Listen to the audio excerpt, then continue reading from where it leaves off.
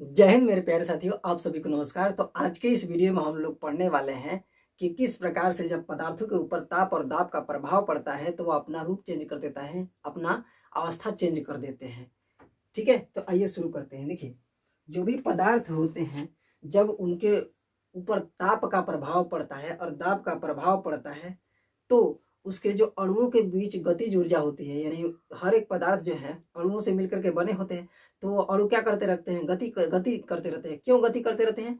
क्योंकि हर एक पदार्थ के भीतर एक निश्चित मात्रा में उनके अंदर ऊर्जा विद्यमान रहती है और उसी ऊर्जा के कारण हर एक पदार्थों के जो कण होते हैं वह गति करते रहते हैं। तो जब हम उसके ऊपर ताप का प्रभाव डालेंगे, यानी कि जब उसको गर्म करेंगे, तो वह जितने भी कण होते हैं उनके पास वह ऊष्मा जाती है। तो वह उस ऊष्मा को जब ग्रहण करते हैं वे कण, जिसके कारण से उनके अंदर बेचैनी खूब ज़्यादा हो जाती है, खूब छपटियाने लगते हैं। खूब छपटियाने के कारण, खूब बेचैनी उनके अंदर बढ़ने के कारण ही वो तेजी से और तेजी से क्या करने लगते हैं? गति करने लगते हैं, जिनके कारण उनके कणों के बीच की दूरी जो होती है वह भी बढ़ जाती है। उनके कणों के बीच की दूरी क्या हो जाती है? बढ़ जाती है। और जितना ही ज्यादा उष्मा देते हैं तो उनके बीच की कणों के बीच की दूरी यानी अंतरावकाश भी बढ़ जाएगा, गतिज ऊर्जा भी बढ़ जाएगा। और ज्यादा गर्म कर देते हैं तो वह एक दूसरे से मुक्त होकर के क्या होने लगते हैं? गैस बन के उड़ने लगते हैं। पहली बार क्या होता है? पहली बार मान लीजिए कोई भी एक पदार्थ है, उसको हमने क्या किया? गर्म किया। जब उसको हम लोग गर्म करेंगे, ऐसे जब उसको गर्म करेंगे तो इनके अणुओं की अणु जो होते हैं, पहली बात, हर एक पदार्थ के पास अपना निश्चित ऊर्जा होता है, जिस ऊर्जा को पाकर ये कण जो है कंपन करते रहते हैं। यदि ठोस है तो केवल कंपन करेंगे अपने ही अक्ष पर। अन्य पदार्थ हुए तो अन्य पदार्थों के अनुसार उनके अंदर ऊर्जा रहेगी, उसी ऊर्जा से वो गति करते रहते हैं। ठीक है, तो जब हम एक्स्ट्रा ऊर्जा देते हैं, एक्स्ट्रा गर्मी देते हैं, तो उस ऊर्जा को जब इन कणों के पास पहुंचता है, जब वो ऊर्जा इन कणों के पास पहुंचता है, तो वह कण के पास जब पहुंचता है तो वो कण क्या कर रहे थे? उस ऊर्जा को अवशोषित करते हैं। अवशोषित करते हैं तो ज्यादा इनके अंदर गर्मी आ जाता है, बेचैनी आ जाता है, जिससे क्या होने लगते हैं? थोड़ा दूर होने लगते हैं। तो जितना दूर जाएंगे उस अनुसार क्या होगा? पदार्थ कभी द्रव बन जाएगा, कभी द्रव बन जाएगा। और ज्यादा दूर जाएंगे, इनके बीच का आकर्षण बल टूट जाएगा एकदम, तो गैस बन जाएंगे। क्या बन जाएंगे? गैस। पहले क्या थे? ठोस थे। पहले ठोस थे, हमने गर्म किया, ऊर्जा पाए, कण थोड़ा दूर हुए, द्रव की तरफ बहने लगे। क्या बन गए? पहली बार द्रव बन गए। और ज्यादा उष्मा दिया, और ज्यादा गर्मी दिया, तो सीधे क्या बन गए? इनके बीच का जो अणुओं के बीच जो आकर्षण बल था वो टूट गया, खत्म हो गया। एकदम बेचैनी इनके अंदर खूब ज्यादा आ गया, गर्मी खूब ज्यादा आ गया, जिसके कारण से जो है ये एकदम एक दूसरे से स्वतंत्र होकर के गति करने लगे। मान लीजिए खूब ज्यादा गर्मी देंगे, जैसे हम लोग कई उदाहरण ले लीजिए। एक कमरे में हम लोग क्या है? बंद है। ठीक है, थोड़ा कम ताप है, आराम से एडजस्ट कर लेंगे। खूब ज्यादा गर्मी, इस कमरे का टेम्परेचर बढ़ जाएगा तो हम छपटिया के इधर उधर भागने लगेंगे। उसी प्रकार से गैसों के उसी प्रकार से द्रव में यदि खूब ज्यादा उष्मा दे दे तो उसके कण जो है बेचैनी से छपटियाने लगेंगे, बेचैन हो जाएंगे, गर्मी उनके अंदर ज्यादा बढ़ जाएगा, एनर्जी बढ़ जाएगा। एनर्जी बढ़ने से कणों की जो गतिज ऊर्जा होती है वह बढ़ जाती है, यानी गति करने की क्षमता ज्यादा हो जाती है। इस कारण से इनके अंदर जो है जब गतिज ऊर्जा बढ़ जाती है, गति करने की शक्ति खूब ज्यादा आ जाता है, तो इनके बीच का जो है आकर्षण बल टूट जाता है, क्योंकि एकदम बेचैन हो जाते हैं, छपटिया जाते हैं, दूर होने लगते हैं भागने के लिए। ठीक है, तो इस कारण से इनके आकर्षण बल खत्म हो जाता है और ये गैस की तरह उड़ने लगते हैं। तो पहली बार ठोस से बना द्रव और द्रव से बन गया गैस। किस कारण से? तापमान के प्रभाव से। आइए अब हम लोग डिटेल से अध्ययन करते हैं कि जब ताप और दाब का प्रभाव पड़ता है तो पदार्थों में कौन कौन से भौतिक गुण देखे जाते हैं। तो आइए ताप का प्रभाव डालते हुए हम सबसे पहले उदाहरण लेते हैं जल का। जल पर ही जितने भी भौतिक गुण पदार्थ दिखलाने लगते हैं ताप का प्रभाव डालने से, उसको हम लोग अध्ययन करते हैं, समझते हैं। चलिए, ले लिया हमने, क्या ले लिया? जल ले लिया। हमने क्या ले लिया? जल ले लिया। अब जल में हम लोग ताप का परिवर्तन करेंगे। क्या करेंगे? ताप का परिवर्तन करेंगे, यानी कि जल के अंदर जितना ताप रहता है हम क्या करेंगे? उसको परिवर्तित करने का प्रयास करेंगे। कैसे करेंगे? उसको गर्मी दे करके, उसको ताप दे करके, टेम्परेचर दे करके, टेम्परेचर या तो घटा करके या फिर दे करके, उसके अंदर कौन कौन सा भौतिक गुण देखने को मिलेगा उसके ऊपर हम लोग चलिए चर्चा करते हैं। देखिए, जब जल को हम लोग क्या करेंगे? थोड़ा ठंडा करेंगे। क्या करेंगे? ठंडा करेंगे तो यह जमने लगेगा। क्या होने लगेगा?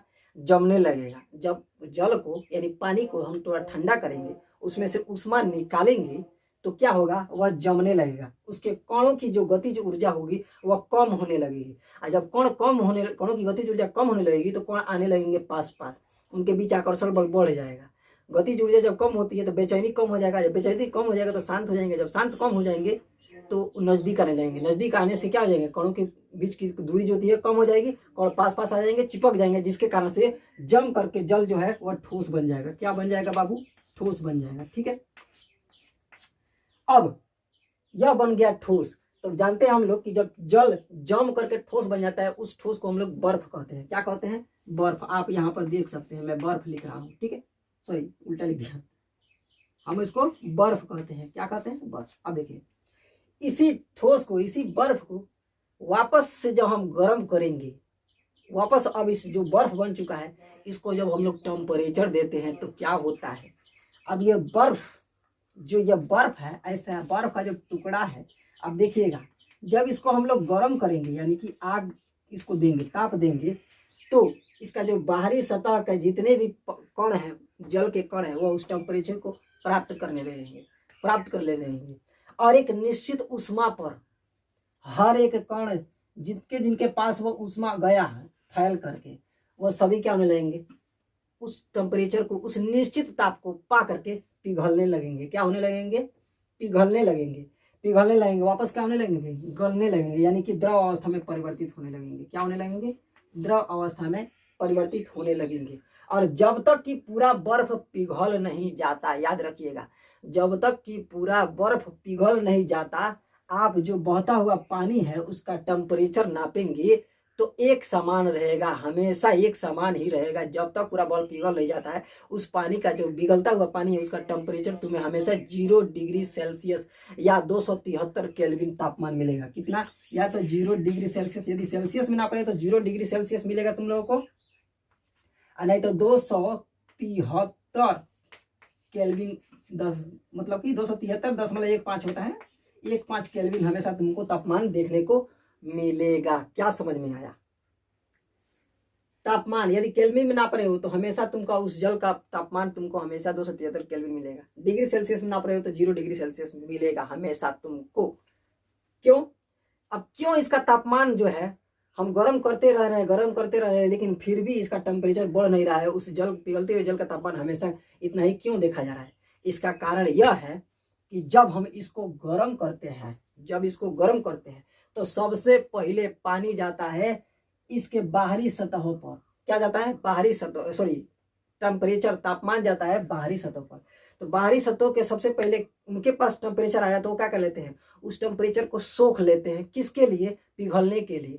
जितना टेम्परेचर आवश्यक होता है पिघलने के लिए, पहले उतना वो अवशोषित करेंगे टेम्परेचर को। तो जिनके पास वो उष्मा गया उन्होंने सबसे पहले उस उष्मा को अवशोषित कर लिया, फिर पिघल गए। फिर क्या हो गया? वो पिघल के जैसे ही पिघलते हुए निकलते हैं, तब तक जो है वह तापमान दूसरे वाले अवशोषित करने लगते हैं जस्ट उसी समय, क्योंकि इनका लगातार जो है अवशोषण होते रहता है। कैसे? अवशोषित करते रहते हैं, तुरंत पिघलते रहते हैं। अब ये वाले चले गए, फिर बच गए जो शुद्ध अभी केवल ठोस रूप में क्या है, मतलब कि बर्फ है ना, अभी वो है कि नहीं, अभी वो बचे हुए हैं। तो अब वो तापमान जो है उनके पास चला जाता है, तो पहले वाला तापमान थोड़ी ना रह गया। कहने का मतलब क्या है, जैसे कि मान लीजिए ये जो है बर्फ है, ठीक है, ये बर्फ का पहला लेयर था, इनके पास टेम्परेचर गया, इनको जितना चाहिए था उन्होंने उष्मा पहले ग्रहण किया, ग्रहण करने के बाद पिघलने लगे, पिघल करके इधर का लेयर खत्म हो गया, अब वो उष्मा भी क्या हो गया, उनके पास चला गया। अब उष्मा इनके पास बचा नहीं बचा, तो जस्ट जो पिघलते रहते हैं जस्ट उसी समय अगला टेम्परेचर जो है वह दूसरे वाले लेयर के परमाणुओं अणुओं के पास पहुंचते रहता है। इस कारण से जो है यह उष्मा भी निकलते रहता है और जाते रहता है, निकलते रहता है, जाते रहता है, निकलते रहता है, जाते रहता है, और सेम टू सेम उसी तापमान पर ही पिघलते रहते हैं, उनका लेयर पिघलते रहता है। इस कारण से जो है पिघलते हुए बर्फ का टेम्परेचर जब तुम नापोगे तो पिघलते हुए पानी का टेम्परेचर हमेशा 0 डिग्री सेल्सियस मिलेगा, 0 डिग्री सेल्सियस ही मिलेगा या 273 केल्विन मिलेगा। उम्मीद है आप लोग समझ गए होंगे। ठीक है, तो जब हम इसको गर्म करते हैं तो यह गलने लगते हैं, एक निश्चित तापमान को अवशोषित करते हैं। जो भी बर्फ का मतलब कि अणु हैं निश्चित तापमान को अवशोषित करते रहते हैं, पिघलते रहते हैं और वो उष्मा लेकर जाते रहते हैं, फिर नया उष्मा को अन्य लेयर वाले जो पदार्थ के अणु है वो अवशोषित करते रहते हैं, पिघलते रहते हैं, हमेशा उसी तापमान पर मतलब कि ले लेकर के पिघलते चले जाते हैं। इस कारण से हर बार जो है टेम्परेचर एक समान देखने को मिलता है। जब तक कि पूरा बर्फ न पिघल जाए। ठीक है, जब पूरा बर्फ पिघल जाता है तब टेम्परेचर देंगे, तो अब पहले से उसमें विद्यमान है, और टेम्परेचर देंगे तो और गर्म हो जाएंगे, तब उनका रूप परिवर्तित होने लगेगा। ठीक है, तो जमने के बाद हमने उसको क्या किया, गर्म किया, तो गलने लगे। गलने पर वो क्या बन गए, द्रव बन गए। अब इसके बाद जब द्रव बन चुके हैं, पानी बन चुके हैं, अब एक्स्ट्रा जब गर्म करेंगे तो पहले से उसमें उनके अंदर थोड़ा उष्मा है, थोड़ा गतिज ऊर्जा अभी उसके अंदर आ चुका है, अब बहने लगे हैं। अब उनके अंदर जो है गतिज ऊर्जा कुछ इस प्रकार से आ चुकी है कि अब वो एक स्थान से दूसरे स्थान बह करके जा सकते हैं, गति कर सकते हैं। एकदम स्वतंत्र रूप से नहीं कि एकदम उड़ने लगे, ऐसे नहीं, मतलब कि उनके अंदर थोड़ी गतिज ऊर्जा आ जाती है, थोड़ी उष्मा उनके अंदर चले जाने के कारण गतिज ऊर्जा आ गई, अब वो एक स्थान से दूसरे स्थान गति कर सकते हैं। तो उस अवस्था में आ गए हैं, यानी पानी की अवस्था में, यानी द्रव अवस्था में बन चुके हैं। अब हम क्या करेंगे, उसको और अधिक जब गर्म करेंगे तो उनके अणुओं में ऊर्जा मिलने लगेगा, उसमें ऊर्जा एक्स्ट्रा उनको मिलने लगेगा, पहले से तो है उसमें ऊर्जा, और गर्म करेंगे तो उनके अंदर उसमें ऊर्जा और अधिक मिलने लगेगा। और ज्यादा चाप के जब उनको एकदम गर्म कर देंगे, और ज्यादा चाप के गर्म कर देंगे, तो उनके पास जो उष्मा चाहिए था उससे अधिक और आ जाएगा, जिसके कारण से अब एकदम बेचैन होकर छपटियाने लगेंगे, स्वतंत्र हो जाएंगे। किसी के पास किसी का किसी के ऊपर कोई बंधन नहीं रहेगा, वो एक दूसरे को पकड़ ही नहीं पाएंगे, इतने ज्यादा बेचैन हो जाएंगे, छपटिया जिनके अंदर गतिज ऊर्जा आ जाएगी कि स्वतंत्र रूप से सारा बंधन तोड़ ताड़ के क्या करने लगेंगे, गति करने लगेंगे, जिधर चाहे उधर उड़ने लगेंगे। यानी कि अब जो है उस टेम्परेचर पर पानी उबलने लगेगा। तो जब खूब ज्यादा उष्मा बढ़ जाता है, खूब ज्यादा उष्मा बढ़ जाता है, तो अणुओं के अंदर गतिज ऊर्जा खूब ज्यादा बढ़ जाती है, जिसके कारण से कण खूब स्वतंत्र रूप से इधर से उधर गति करने लगते हैं, और टेम्परेचर बढ़ाते चले जाते हैं। तो वह सीधे जो उबलता हुआ पानी है, वहां से पानी सीधे भाप बन करके, यानी गैस के रूप में परिवर्तित होकर के क्या होने लगता है, उड़ने लगता है। गैस के रूप में परिवर्तित होकर के पानी के जो अणु होते हैं वो क्या होने लगते हैं, उड़ने लगते हैं, स्वतंत्र हो जाते हैं, उनके बीच आकर्षण बल खत्म ही हो जाता है। ठीक है, तो उबलते हुए जब पानी को देखोगे तो वो क्या हो रहा होगा, उसमें से भाप निकल रहा होगा, वही भाप क्या है, गैस रूप कहलाता है। पानी का कौन सा रूप कहलाएगा, गैस रूप कहलाएगा। यानी पानी उबलने के बाद किस अवस्था में परिवर्तित हो गया, गैस की अवस्था में परिवर्तित हो गया। ठीक है, या अब देखिए गैस के रूप में क्या हो गया, हमने तापमान को और अधिक बढ़ा दिया, तो पानी उबलते हुए से सीधे किसमें बदल गया, यानी द्रव के रूप में पहले था, उबला, अभी द्रवी था, और ज्यादा टेम्परेचर बढ़ाया तो उबलने के बाद सीधे पानी से सीधे किसमें बन गया, गैस में बन गया। इस घटना को, माने कि जो उबलने से सीधे गैस में परिवर्तित हो जा रहा है, इस घटना को बोलते हैं क्वथन। क्या बोलते हैं, क्वथन। पानी उबलना हिंदी में कहलाता है क्वथन, उबलने को शुद्ध हिंदी में कहते हैं क्वथन। और जिस टेम्परेचर पर उबल रहा है उस टेम्परेचर को बोलते हैं क्वथनांक। अब थोड़ा इसमें अगर समझाने लगे तो आप लोगों को थोड़ा घाउज माउज हो जाएगा, दिक्कत हो जाएगा, इसलिए अब चलते हैं हम लोग साफ सुथरा तरीके से समझते हैं एक एक करके कि किस तरह से जमने के बाद गलता है तो उस बात को क्या कहते हैं, गलने के बाद उबलता है तो उस बात को क्या कहते हैं, उबलने के बाद गैस बन जाता है तो गैस बनने की क्रिया को क्या कहते हैं, गैस से द्रव बन गया तो इस गैस से द्रव बनने की क्रिया को क्या कहते हैं, और द्रव से बन गया ठोस तो इस क्रिया को क्या कहते हैं। आइए समझते हैं। तो आप देख सकते हैं हम लोग जल का उदाहरण ले रहे हैं। तो सबसे पहले मान लेते हैं कि जल जो था वो ठोस अवस्था में यानी बर्फ की अवस्था में था, हमने इसको टेम्परेचर दिया था, इसके कणों की गतिज ऊर्जा बढ़ गई। जब कणों की गतिज ऊर्जा बढ़ गई तो ठोस से बदल गया द्रव में, किसमें, ठोस से बदल गया द्रव में, यानी कि यह गलने लगा। तो गलने की क्रिया को बोला जाता है संगलन। क्या बोला जाता है, संगलन, या इसको गलन भी कह सकते हैं। तो ठोस का द्रव में जब परिवर्तित हो रहा है गलने के द्वारा तो इस क्रिया को बोला जाता है गलन या संगलन। क्या बोला जाता है, ठोस से द्रव में परिवर्तित होना संगलन कहलाता है। क्या कहलाता है, संगलन कहलाता है। और जिस टेम्परेचर पर, जिस तापमान पर यह गल रहा होता है उस तापमान को बोला जाता है गलनांक। जिस टेम्परेचर पर, यहाँ पर लिख देता हूं, जिस ताप पर ठोस से द्रव में परिवर्तित हो रहा है यानी गल रहा है उस ताप को बोला जाता है गलनांक। क्या बोला जाता है, गलनांक कहा जाता है। ठीक है, समझ में आ गया होगा। और एक और बात समझिए, वापस जब इसको हम ठंडा करेंगे, द्रव को जब वापस ठंडा करेंगे तो यह वापस बर्फ बन जाएगा। किसमें परिवर्तित हो जाएगा, ठोस में परिवर्तित हो जाएगा। क्योंकि जब इसको ठंडा करेंगे तो इसके अणुओं के अंदर से हम ऊष्मा निकालेंगे। तो जब अणुओं के अंदर से ऊष्मा निकलेगा तो अणु के अंदर गतिज सॉरी उष्मा जो उसमें ऊर्जा क्या हो जाएगी, कम हो जाएगी। जब कम हो जाएगी तो उसकी गतिज ऊर्जा बेचैनी भी क्या हो जाएगी, कम हो जाएगी। बेचैनी जब कम होगी तो एक दूसरे के पास पास आ जाएंगे। जब पास पास आएंगे, जितना ही पास पास आएंगे तो एक दूसरे के साथ चिपक जाएंगे तो ठोस का मतलब कि पूरा पदार्थ बना लेंगे। पूरा पदार्थ सिकुड़ करके जब चिपक जाएंगे सारे पदार्थ, सारे अणु, तो वो क्या हो जाएगा, तब वो पदार्थ जो है यानी कि जो द्रव है, अब द्रव से वो किस में बदल गया, ठोस में बदल गया, यानी कि बर्फ बन जाएगा। तो बर्फ बन गया, ठीक है। उसमें ऊर्जा, अणुओं की ऊर्जा क्या हो गई, निकल गई। तो यह द्रव से सीधे किस में कन्वर्ट हो गया, ठोस में, यानी बर्फ में कन्वर्ट हो जाता है। तो इस घटना को क्या कहते हैं, द्रव से जब ठोस में, जब कोई पदार्थ चाहे जल ही है, हमारा जल उदाहरण लिया ना, तो जल यदि द्रव से किस में परिवर्तित हो गया, ठोस में, द्रव से किस में परिवर्तित हो गया, ठोस में परिवर्तित हो गया, तो इस घटना को बोला जाता है क्या, जमना। इस घटना को क्या कहा जाता है, जमना। देख रहे हैं क्या वापस क्या हो रहा है, पानी जो है, पानी क्या हो रहा है, जम रहा है। तो इस जमने की क्रिया को क्या कहा जाता है, सॉरी, द्रव से किस में कन्वर्ट हो रहा है, ठोस में कन्वर्ट हो रहा है। तो इस घटना को, इस क्रिया को बोला जाता है जमना। और जिस टेम्परेचर पर द्रव क्या हो रहा है, जिस टेम्परेचर पर द्रव ठोस में कन्वर्ट हो जा रहा है, जिस तापमान पर वह द्रव से ठोस में कन्वर्ट हो जा रहा है, उस तापमान को बोला जाता है हिमांक। क्या बोला जाता है बाबू, हिमांक। हिमांक कहा जाता है। क्या कहा जाता है, हिमांक। हमेशा याद रखिएगा, हमेशा याद रखिएगा, गलनांक और हिमांक का जो आंकिक मान होता है वह बराबर होता है। जितना आंकिक मान गलनांक का रहेगा उतना ही आंकिक मान क्या है, सॉरी, उतना ही आंकिक मान क्या रहेगा, हिमांक का भी रहेगा।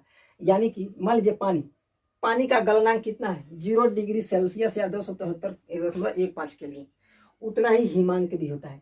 यानी जिस टेम्परेचर पर बर्फ जो है पिघलेगा, उसी टेम्परेचर पर कोनो अन्य पानी को ले आकर के रख देंगे तो वह जमने लगेगा, किस में बदल जाएगा, बर्फ में बदल जाएगा। अब ये कोई लोग सोच रहा है ये कैसे हो गया, तो वह ऐसे ही होता है, समझिए कैसे।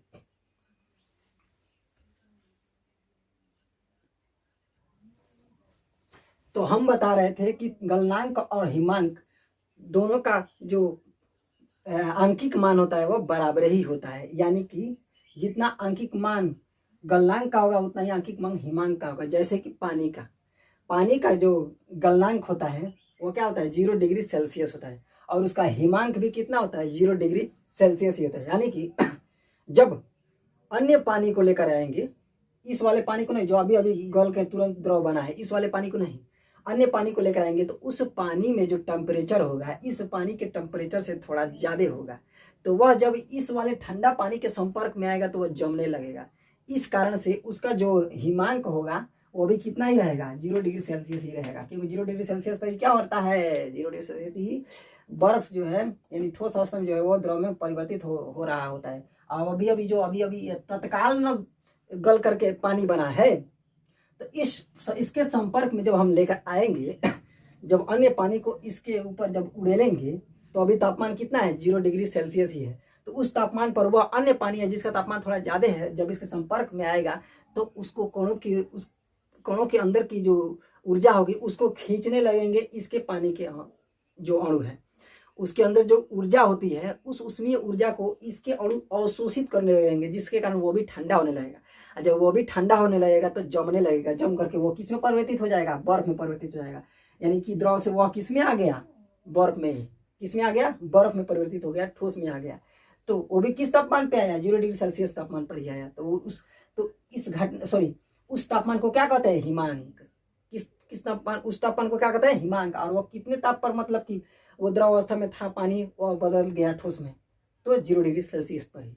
और 0 डिग्री सेल्सियस पर ही कोई जो बर्फ रहता है, प्योर बर्फ, वो पिघलने लगता है यानी गलने लगता है। तो अभी किस टेम्परेचर पर गलता है, 0 डिग्री सेल्सियस तापमान पर ही गलता है। और संगलन को मैं अभी तक मतलब कि अभी हमने समझा दिया है थोड़ी देर पहले कि इसका गलन किस तरह से होता है और किस तरह से गलन, जब तक ये पूरा गल नहीं जाता है तब तक तापमान एक तरह से ही होता है। ये समझ चुके हैं हम लोग। अब आइए आगे समझते हैं। तो उसी तापमान पर यानी 0 डिग्री सेल्सियस ताप पर ही ठोस से किस में परिवर्तित हो रहा होता है, द्रव में परिवर्तित हो रहा होता है, यानी कि गल रहा होता है।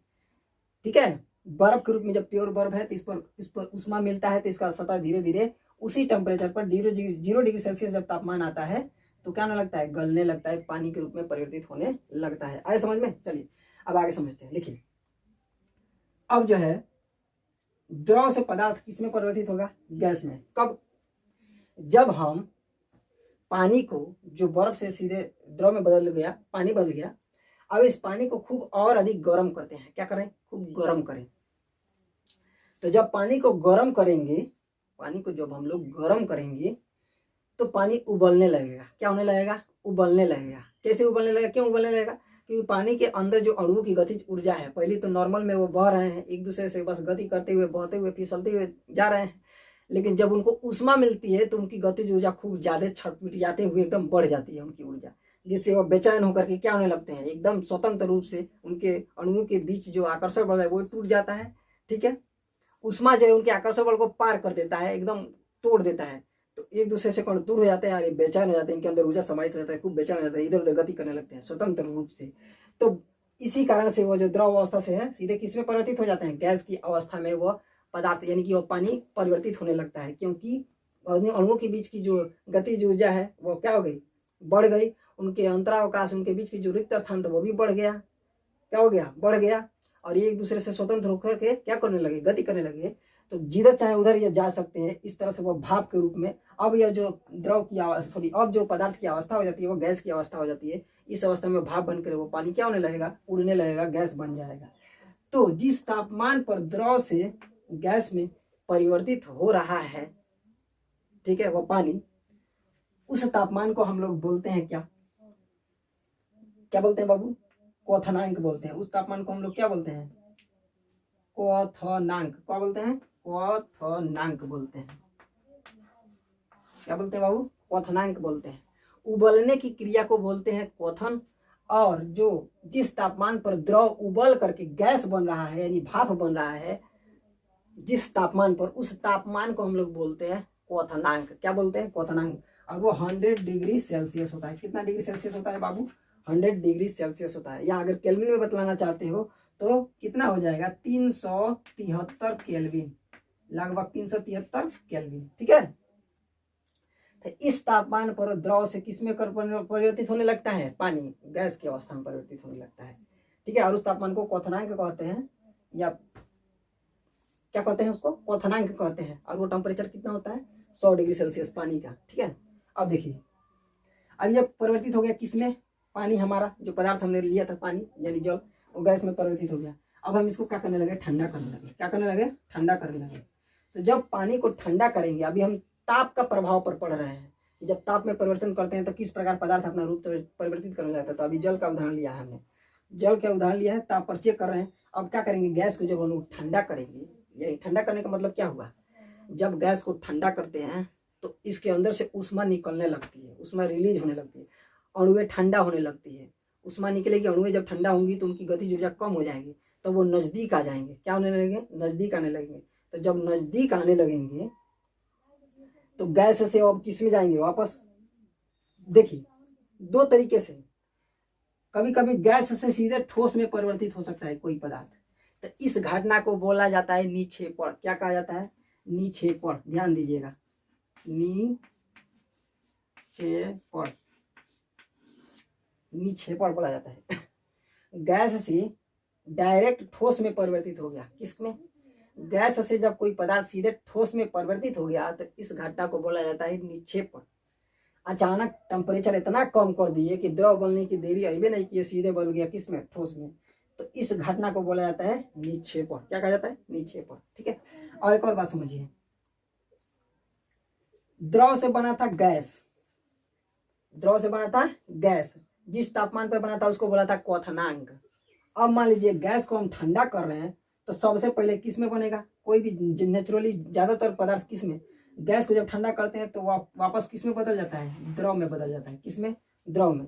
तो गैस से द्रव में परिवर्तित हो रहा है। किस में जी? द्रव में। तो इस घटना को बोला जाता है संघनन। क्या बोला जाता है बाबू? संघनन। ध्यान दीजिएगा, यहां लिख रहा हूं संघनन। ठीक है,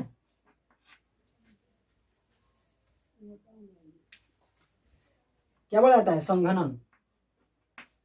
जब गैस ठंडा होता है, ठंडा होने के बाद गैस जब ठंडा होगा उसमें से ऊष्मीय ऊर्जा क्या होगा? गैस में ऊष्मीय ऊर्जा ज्यादा होगा, ज्यादा होता है, तो उसमें से ऊर्जा जब निकलता है तो अणुएं थोड़ा ठंडा, जब अणुएं ठंडा होती है तो पास पास आने लगती है, पास पास आने लगेंगे तो एक दूसरे से चिपक जाएंगे, चिपक करके फिसलने लगेंगे एक तरह से एक दूसरे के ऊपर। तो वह अवस्था जो बनेगी उसको बोलते हैं द्रव अवस्था। तो गैस से सीधे अब किसमें, जब ठंडा करेंगे गैस को तो वो बन जाएगा किसमें, बदल जाएगा किसमें, द्रव में बदल जाएगा। तो गैस से द्रव में बदलना यह क्या, यह घटना, यह क्रिया संघनन कहलाता है। क्या कहलाता है? संघनन कहलाता है। जैसे कि बादल कैसे बनता है, पहले जलवाष्प के रूप में पानी गया था, भाप के रूप में ऊपर गया था, वाष्प के रूप में जल के कण जाते हैं ऊपर, जब वो ठंडा होते हैं तो वही पानी का रूप धारण कर लेते हैं, बादल का रूप धारण कर लेते हैं। किसमें? और जब और अधिक ठंडा हो जाते हैं तो बर्फ का रूप धारण कर लेते हैं, तभी ना बर्फ बरसता है। लेकिन जब ज़्यादातर वो जब ठंडा होते हैं तो पानी का रूप धारण कर लेते हैं, और अधिक ठंडा होते हैं तो उनके नीचे जो लेयर बन जाता है वो बर्फ का लेयर बन जाता है, उसी के ऊपर पानी जो है इकट्ठा रहता है तो बारिश बरसता है। इस तरह से बादल बनता है। बादल कैसे बनता है? संघनन क्रिया के द्वारा। समझ में आ गया? जी हाँ। अब देखिए यहाँ पर क्या समझे, गैस से जब द्रव में परिवर्तित हो रहा है तो इस क्रिया को बोला जाता है संघनन। और यहाँ देख रहे हैं गैस से किस में परिवर्तित हो रहा है? ठोस में, तो इस क्रिया को बोला जाता है निक्षेपण। तो कभी कभी ठोस से डायरेक्ट कोई ऐसा पदार्थ होगा जो गैस में परिवर्तित हो जाता होगा, तो उस क्रिया को क्या बोलते हैं? इस घटना को बोलते हैं हम लोग क्या? ऊर्ध्वपातन। ऊर्ध्वपातन कहते हैं इसको। क्या बोलते हैं? ऊर्ध्वपातन। समझ में आया? दिखाई दे रहा है? हाँ, ऊर्ध्वपातन है। समझ में आ रहा है? गैस से डायरेक्ट ठोस में परिवर्तित हो रहा है जिस तापमान पर, ठीक है, इसके विषय में आप लोगों को नहीं बताया गया कि उस तापमान को क्या बोलते हैं? ऊर्ध्वपतनांक या निक्षेपणांक। ठीक है, यही बात कहेंगे, उस तापमान को ऊर्ध्वपतनांक या निक्षेपणांक। लेकिन इसके विषय में पढ़ना नहीं है, आप लोग को उच्चतर कक्षाओं में पढ़ना है, तो तापमान के विषय में मत जाइए। केवल इस क्रिया को क्या कहेंगे? मान लीजिए गैस से डायरेक्ट ठोस में परिवर्तित हो गया तो इस क्रिया को बोलेंगे निक्षेपण, और ठोस से डायरेक्ट किस में परिवर्तित हो गया? गैस में, तो इस क्रिया को बोलते हैं ऊर्ध्वपातन। जैसे कि कपूर जो है, कपूर देखे हैं आप लोग? कपूर तो देखे ही होंगे। आयोडीन हो गया, कपूर हो गया, ठीक है, अमोनियम क्लोराइड जिसको नौसादर कहते हैं वो हो गया। ये सीधे जो है ठोस अवस्था में रहते हैं, जब इसको गर्म करते हैं तो द्रव अवस्था में परिवर्तित हुए बिना डायरेक्ट गैस में परिवर्तित हो जाते हैं। तो इसलिए इनको कहा जाता है कि यह किस क्रिया के द्वारा ठोस से गैस में परिवर्तित हो रहा है? ऊर्ध्वपातन के द्वारा। ठीक है, तो इस तरह से हमने क्या क्या समझ लिया कि ठोस से द्रव में परिवर्तित जब तापमान करते हैं तो तापमान में परिवर्तन करते हैं तो किस तरह से ठोस से द्रव में परिवर्तित हो जाता है पदार्थ, फिर द्रव से गैस में परिवर्तित हो जाता है तापमान में परिवर्तन करने से, यानी कि तापमान को बढ़ाने से। किस तरह से तापमान को जब तापमान में परिवर्तन करते हैं तो तापमान में परिवर्तन करने से ही, तापमान में जब तक परिवर्तन नहीं करेंगे तब तक यह पदार्थ अपना रूप चेंज नहीं करता है। तो यह जो है ठोस से गैस से ठोस में परिवर्तित हो जाता है। या किस तरह से कोई ऐसे पदार्थ होते हैं जो डायरेक्ट ठोस से गैस में परिवर्तित हो जाते हैं, लेकिन तापमान के डिफरेंस से, वायुमंडलीय दाब के डिफरेंस करने से। अब चलिए आगे समझते हैं हम लोग नेक्स्ट टॉपिक को।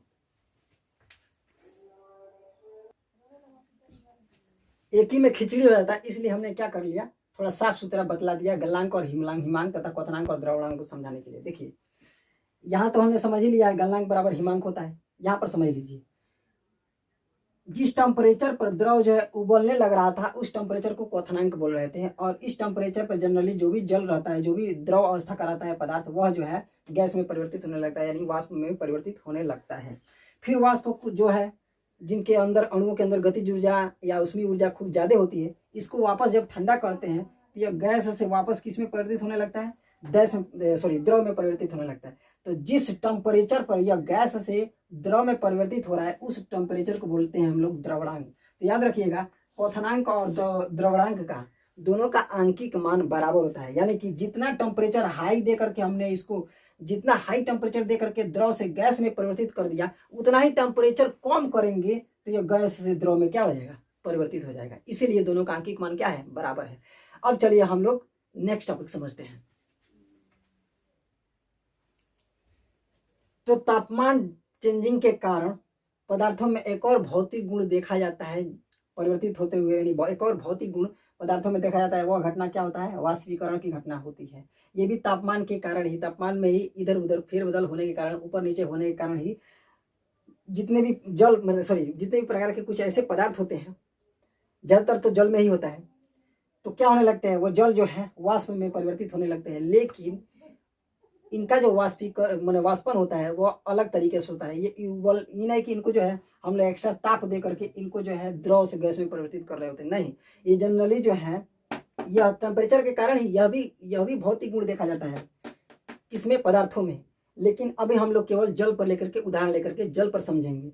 यह भी एक घटना जो है ताप के कारण ही क्या किया जाता है, यह वाष्पीकरण की घटना देखी जाती है। जो भी एक प्रकार का पदार्थ का भौतिक गुण होता है, पदार्थ जो है वो वाष्प में बदलने लगते हैं, किसके कारण, तो टेम्परेचर में डिफरेंस होने के कारण। तो देखिए क्या होता है, जैसे हम लोग जल पर उदाहरण ले रहे हैं, यह हमारा पानी है, हमने एक बीकर ले लिया, उसमें हमने भर दिया क्या, पानी। अब क्या होगा कि इसके अंदर जो अणु है, उनके अंदर की गतिज ऊर्जा, उन अणुओं की गतिज ऊर्जा अलग अलग रहेगी।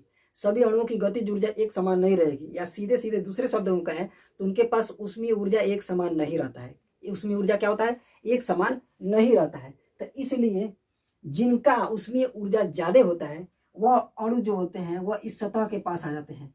पानी की जो सबसे ऊपरी लेयर है, सबसे ऊपरा सतह, वहां पर चले जाते हैं। फिर वायुमंडल से जब हवा बहता है, जब हवा बह रहा होता है, तो उस हवा में जैसे ही इनको इवापोरेशन होने के लिए, यानी कि वाष्पीकृत होने के लिए उचित उष्मा इनको जैसे ही प्राप्त होता है, तुरंत उसको यह अवशोषित करके अणु वाष्प बन के निकल जाते हैं। फिर उसके बाद अन्य अणु आते हैं, वह इस सतह पर आकर के क्या हो जाते हैं, अपना लेयर बना लेते हैं। फिर इनको जब उचित उष्मा ऊर्जा मिलता है तो वापस वह अवशोषित करके वापस वाष्प बन करके उड़ जाते हैं। इस घटना के बार बार होने से अंदर जो अब शेष अणु बचते हैं, उनके अंदर उसमें ऊर्जा बाकी बहुत ही जो उड़ चुके हैं इनकी अपेक्षा कम रहती है। क्या रहती है, कम रहती है। इस कारण से जो है वाष्पीकरण के कारण अक्सर पानी क्या हो जाता है, ठंडा होता है, शीतल महसूस होता है। जिसका उदाहरण आप लोग जानते ही होंगे, हमारी मम्मी जो है वो मटके में क्या रखती है, पानी रखती है। पानी क्यों ठंडा हो जाता है, तो वाष्पीकरण के द्वारा। किसके कारण, वाष्पीकरण के द्वारा। इसमें क्या होता है, पानी सतह पर भी जिनके अंदर गतिज ऊर्जा ज्यादा होती है वह जो है दीवारों पर चिपक जाते हैं। किस पर, दीवारों पर भी चिपक जाते हैं और सतह के ऊपर आ जाते हैं। तो जब हवा बह रहा होता है, टेम्परेचर जब इसको अनुकूल मिलता है, जिन जिन अणुओं को वाष्पित होने के लिए इनको उष्मा चाहिए, उतना वापस ये क्या करते हैं, अवशोषित करके उड़ जाते हैं, उड़ करके वाष्प बनकर बाहर निकल जाते हैं। इसी घटना को बोला जाता है वाष्पीकरण। इसी घटना को क्या कहा जाता है, वाष्पीकरण कहा जाता है। ठीक है, तो वाष्पीकरण के कारण, इसी कारण से जो शेष अंदर के अणु बच जाते हैं, उनके अंदर उसमें ऊर्जा थोड़ा कम रहती है। जिस कारण से जो शेष जो जल है, पानी के जो अणु है, जब इनको हम लोग टच करके महसूस करते हैं तो हमें क्या होने लगता है, ठंडा महसूस होने लगता है। ठीक है, अब चलिए नेक्स्ट टॉपिक को समझते हैं। तो आइए देखते हैं कि क्या दाब में परिवर्तन करने से भी पदार्थों के अवस्था में कोई चेंजिंग आता है, उनके रूप में कोई चेंजिंग आता है। तो जी हाँ, बिल्कुल आता है। जैसे कि गैस में जब हम लोग दाब डालते हैं, चापते हैं गैस को, जब संपीड़ित करते हैं, संपीड़ित का मतलब होता है दाबते हैं, तो यह जो है गैस से द्रव में परिवर्तित होने लगता है और कम ही जगह में क्या हो जाता है, अट जाता है। जैसे कि आप, हमारी माता जी है एलपीजी में क्या बनाती है, खाना बनाती है। एलपीजी गैस पे क्या बनाती है, खाना बनाती है। तो उसमें जो है 50 लीटर गैस क्या किया जाता है, संपीड़ित कर करके पैक कर दिया जाता है। कैसे, देखिए, जो मतलब कि सिलेंडर होता है हमारा, जो ये सिलेंडर होता है, गैस सिलेंडर, ऐसे क्या यार, गैस सिलेंडर बनाना भी नहीं आता है उसको। जो गैस सिलेंडर होता है, ठीक है, इसमें क्या किया जाता है, गैस को अत्यधिक संपीड़ित कर करके, संपीड़ित मतलब दाब करके, उसको दबा करके इसमें पैक कर दिया जाता है। तो गैस जो है अत्यधिक जब उसके ऊपर दबाव पड़ता है तो वह द्रव अवस्था में परिवर्तित हो जाता है। आप कभी गैस सिलेंडर को हिला के देखिएगा, थोड़ा पानी की तरह ऐसा लगेगा, छलकेगा उसके अंदर। ठीक है, तो इससे क्या समझे कि गैस जो है उसमें दबाव के कारण उसकी अवस्था में परिवर्तन किया जा सकता है। ठीक है, तो बस आज तक इतना ही। अब मिलते हैं हम लोग नेक्स्ट वीडियो में। जय हिंद, जय भारत।